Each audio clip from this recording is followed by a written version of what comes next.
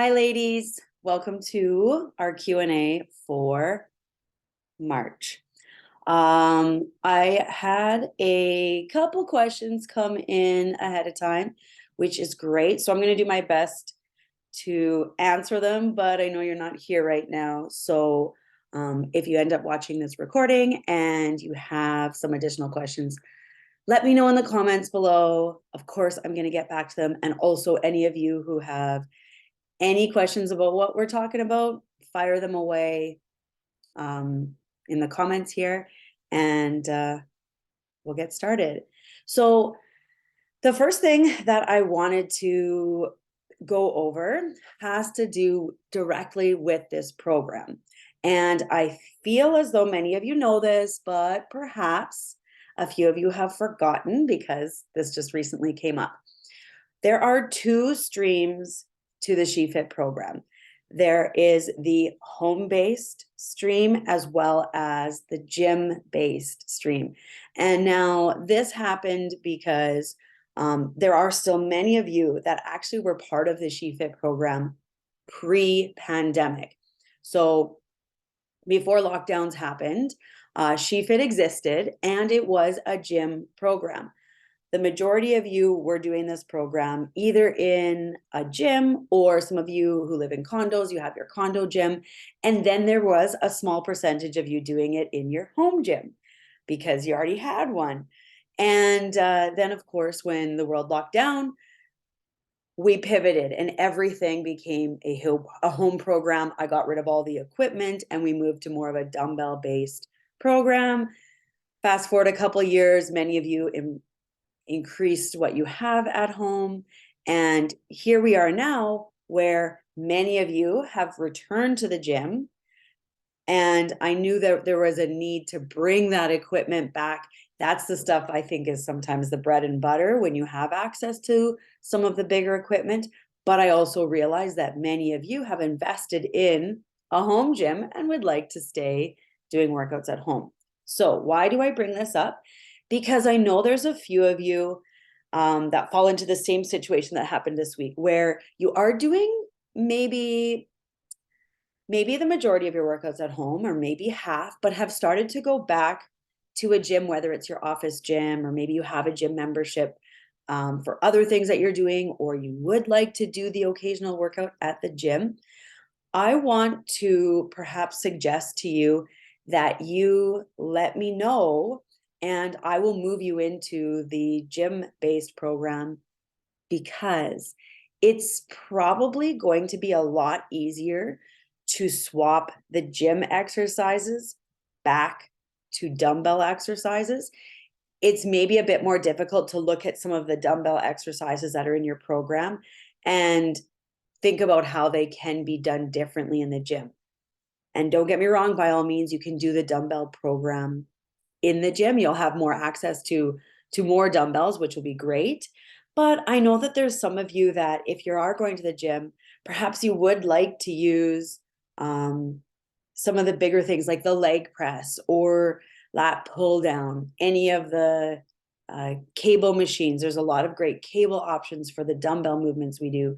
And of course, you have access to more barbells. Usually there's barbells pre-set up at the gym.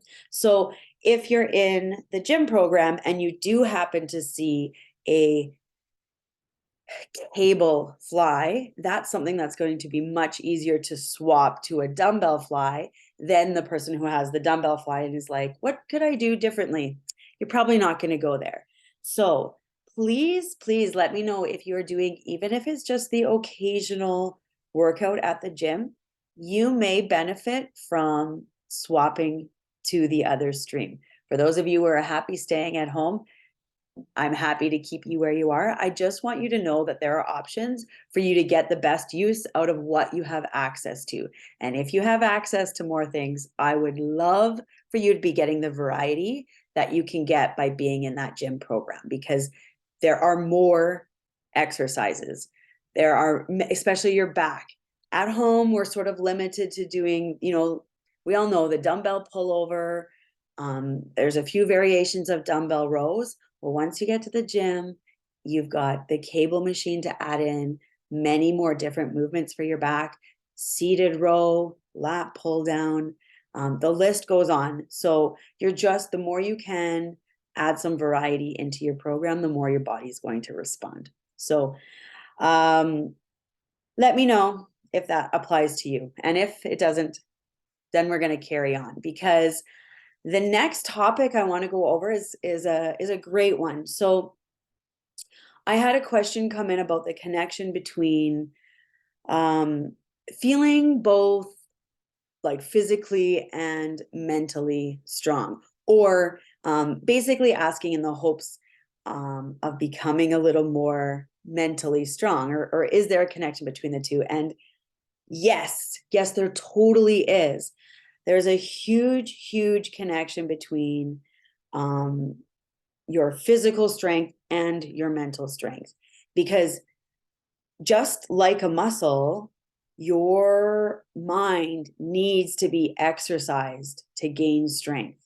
So things like growth and development for your mental strength does take consistent work. You need to be pushing yourself. And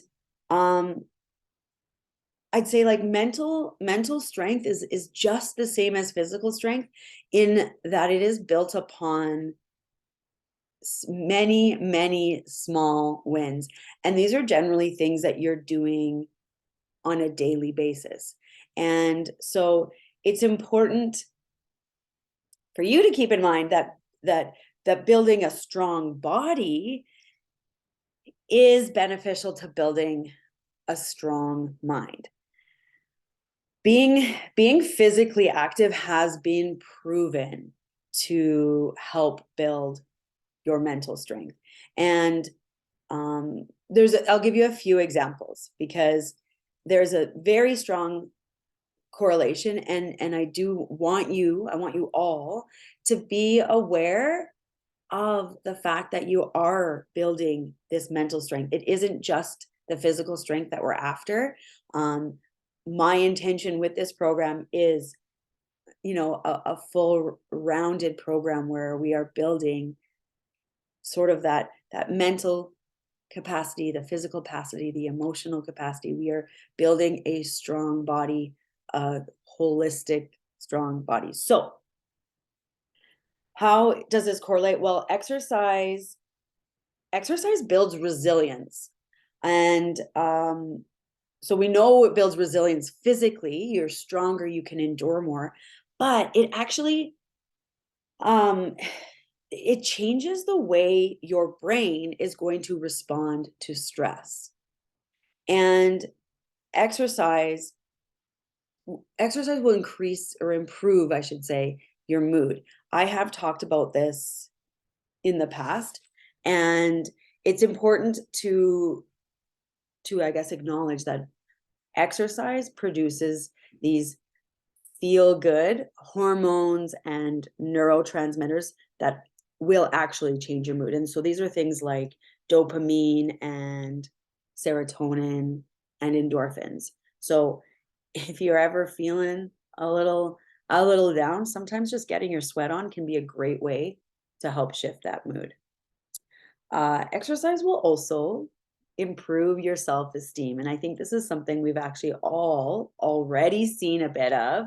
I'm pretty sure each and every one of you has mentioned how things have changed. And even if it's slightly, some of you are newer, some of you have been here longer, some of you have gone through waves of commitment. But when you're committed, you see your whether it is your body is physically changing, or you can see the weights changing that you're grabbing, you're becoming stronger. All of that helps you feel good about yourself. It's going to help improve your confidence. And I've seen it. Many of you already have. And this is something that research has proven time and time again, how much exercise how much exercise does improve that self-esteem.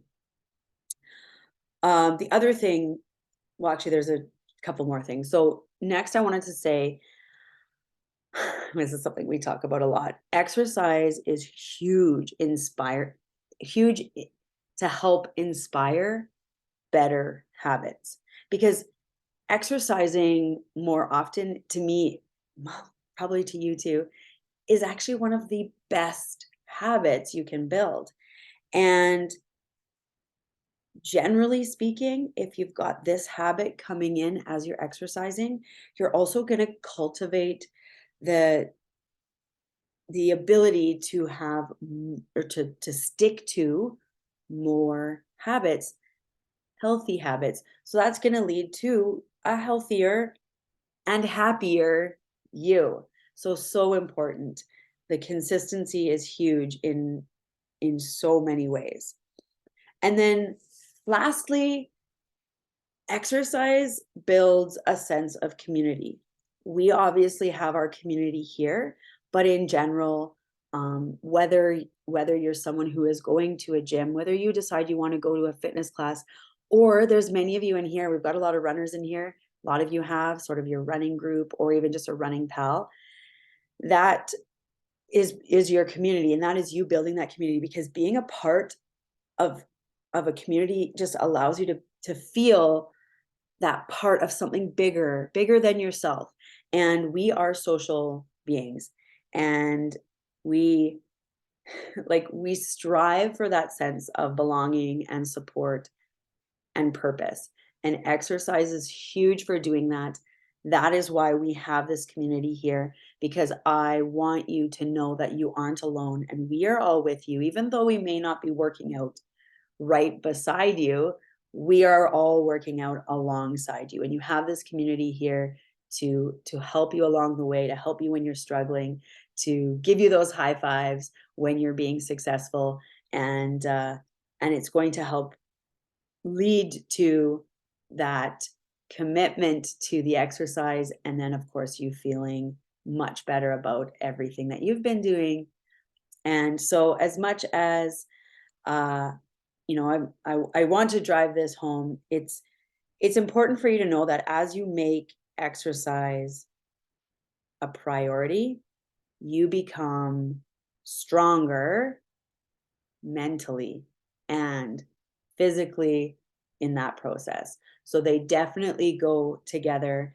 And I want you to make sure you are aware and think about some of these changes that have happened that are not physical changes, because you're going to see them, and the more you acknowledge them, the more you're going to have that ability to feel proud about them, but also to just sort of monitor that progress, because these changes in your mental strength are harder to track and monitor the way we do with our workouts. And so it is really important for you to sit back and acknowledge some of this, and of course take those moments to feel proud about what you have achieved. And for those of you who have bigger goals, to sit down and see some of those little bits that you are taking off as you work along your way to achieve them. So with that, I didn't have any other questions come at me ahead of time, and I thought I'd give you guys a moment to respond or ask away if you do have any of your own questions, or if you're just here to listen and nod. Yeah, okay. Um, I want you guys to always remember, you can ask questions at any time. This is just a great opportunity for me to go deeper into things. But um, uh, please, as I've mentioned before, please use this online community to ask the questions, because I still get quite a few questions through the Trainer Eyes app, which is fine if this is something private that you don't want the community knowing, or it's a little more personal. However, anything that's workout based, even if it's app based, sometimes I get questions about um, even with the app, how to edit. I've hit save and I didn't finish the workout. How do I finish that? Ask that in here, because I guarantee there's many of you who've been part of this program forever and maybe haven't had that happen, so you haven't had to work through it. I have shared all those things way back, and I tend to forget that either we've got new people, or I know we forget. So ask away in here anytime, all the time, and have a awesome week 11. And yes, this is our final heavy push. Week 12 does start our 2-week full body recovery phase. So give her hard this week, ladies. We get a nice break next week. Active recovery. Have an awesome rest of your day. And of course, take care.